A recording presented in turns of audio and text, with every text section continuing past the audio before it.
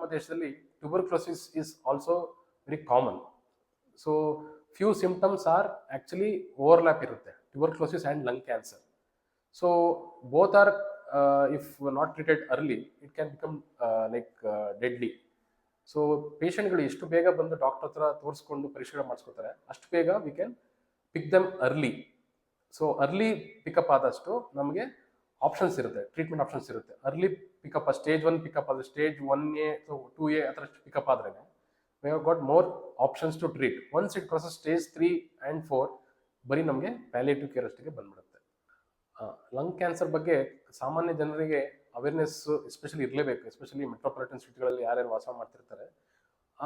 Cancer already ಹೇಳಿದಾಗೆ ಅದು ತುಂಬ ಜನಗಳಿಗೆ ಬರೀ ಲೇಟಾಗೆ ಪ್ರೆಸೆಂಟೇಷನ್ ಆಗುತ್ತೆ ಅಂತ ನಮ್ಮ ಅನಿಸಿಕೆ ಇರುತ್ತೆ. ಯಾಕೆಂದರೆ ಅವ್ರುಗಳು ಆ ಸಿಂಪ್ಟಮ್ಸ್ಗಳನ್ನ ನೆಗ್ಲೆಕ್ಟ್ ಮಾಡಿರ್ತಾರೆ, ಅವ್ರದ್ದೇ ಆದ ಕಾರಣಗಳಿರ್ತದೆ.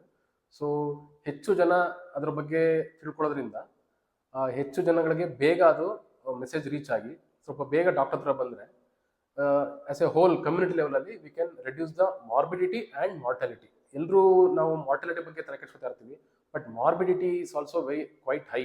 So patient has to go for multiple sessions for chemotherapy, radiation therapy, has to suffer for pain, ಅವೆಲ್ಲ ಇರುತ್ತಲ್ಲ. So morbidity is also quite high, not only the mortality.